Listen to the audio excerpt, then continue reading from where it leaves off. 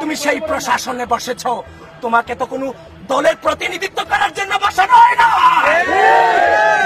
আগামী 9 সেপ্টেম্বর ঢাকা বিশ্ববিদ্যালয়ের মাটিতে ডাকসু নির্বাচন হবে এবং সেই নির্বাচনে বাংলাদেশ জাতীয়তাবাদী ছাত্রদল ভূমিধস বিজয় অর্জন করবে।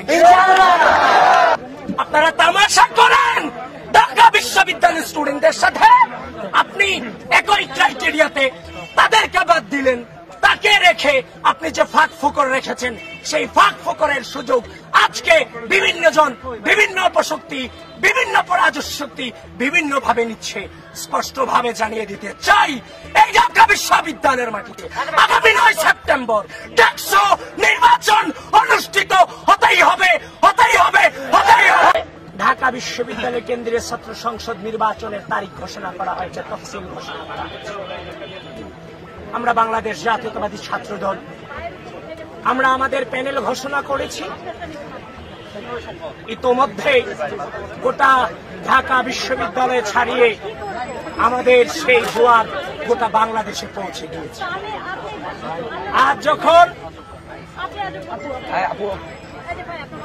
আজ যখন আমি ভিসি চত্বরে বাসে প্রচারণায় ব্যস্ত ছিলাম, আমাদের প্যানেলের প্রত্যেকেই বিশ্ববিদ্যালয়ের বিভিন্ন এলাকাতে ছড়িয়ে ছিটিয়ে সেই প্রচারণাতে ব্যস্ত ছিল।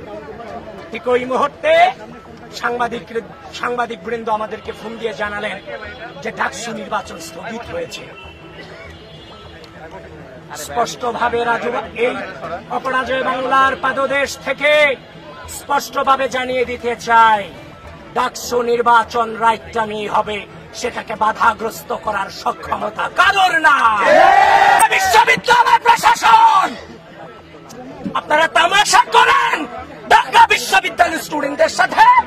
আপনি একই ক্রাইটেরিয়াতে তাদেরকে বাদ দিলেন, তাকে রেখে আপনি যে ফাঁক ফোকর রেখেছেন সেই ফাঁক ফোকরের সুযোগ আজকে বিভিন্ন জন, বিভিন্ন অপশক্তি, বিভিন্ন পরাজশক্তি বিভিন্ন ভাবে নিচ্ছে।